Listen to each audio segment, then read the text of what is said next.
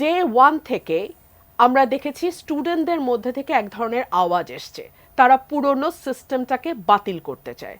আমরা দেখেছি গ্রাফিতিতে লেখা তাদের দেয়াল লিখনের মধ্যে তারা তাদের মনের কথাগুলো লিখেছে, এবং সেই কথাগুলোর যদি আপনি পড়েন, এর মর্মার্থ যদি অনুধাবন করি, আমরা রিড বিটুইন দ্য লাইন্স যদি আমরা যাই, আমরা দেখব তারা এক্সিস্টিং সকল সিস্টেমকেই কিন্তু চ্যালেঞ্জ করেছে।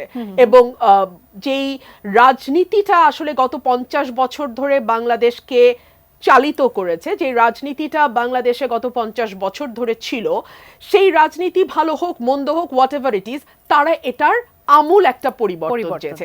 এবং যে কোনো আমূল পরিবর্তনের কথা যখন হয়, তখন শুরুর সময়টা তো কিছুটা লন্ডভন্ড হবেই, এবং এখন কিন্তু আমার কাছে মনে হয় সেই লন্ডভন্ডের সময়টা।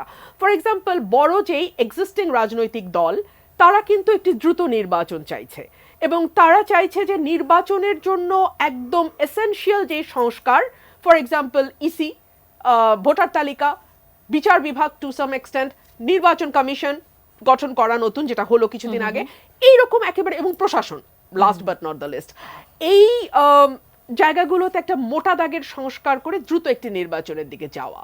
কিন্তু যারা এই গণ অভ্যুত্থানের সামনের সারিতে ছিল, তারা বাংলাদেশটাকে আবার অন্যভাবে দেখতে চায়, এবং অন্যভাবে দেখতে চায় বলেই তারা হয়তো ভাবছে, হয়তো না, এখন অবশ্য তারা ক্লিয়ার করেছে, প্রথম দিকে কিছুটা অস্পষ্টতা ছিল, তারা চাইছে একটা নতুন রাজনৈতিক দল গঠন করতে। বেশি পাকা টমেটো আর সিক্রেট রেসিপির কম্বিনেশনে তৈরি প্রাউন সস, সসের বস।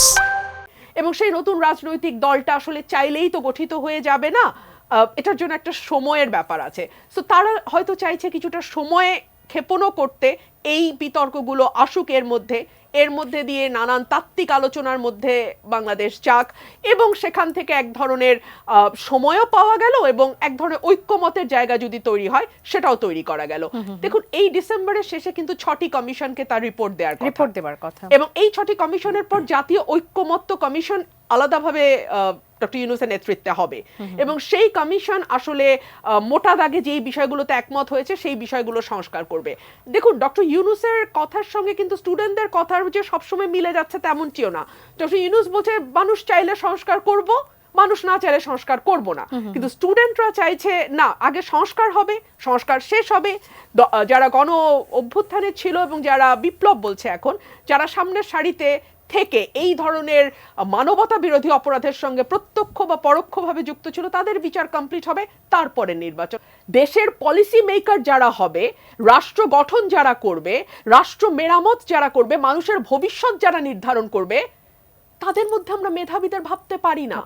আমাকে আমার পরিবারে, I am the odd one out, আমাকে আমার পরিবারে আইসোলেটেড করে রাখা হয় না। আমরা খুবই ভদ্র, আমাদের কেউ কাউকে মুখে বলে না, কিন্তু ডেফিনেটলি আমি বুঝি ওরা যখন আমাকে লুক ডাউন করে, কারণ ওরা ভাবতেই পারে না যে একটা ভদ্র শিক্ষিত পরিবারের মেয়ে কি করে রাজনীতি করে। এবং সত্যি তো, এত নোংরা জায়গাটার মধ্যে প্রতিনিয়ত যুদ্ধ করাটাও কিন্তু নিজে নিজে ক্ষয় হয়ে যাওয়া।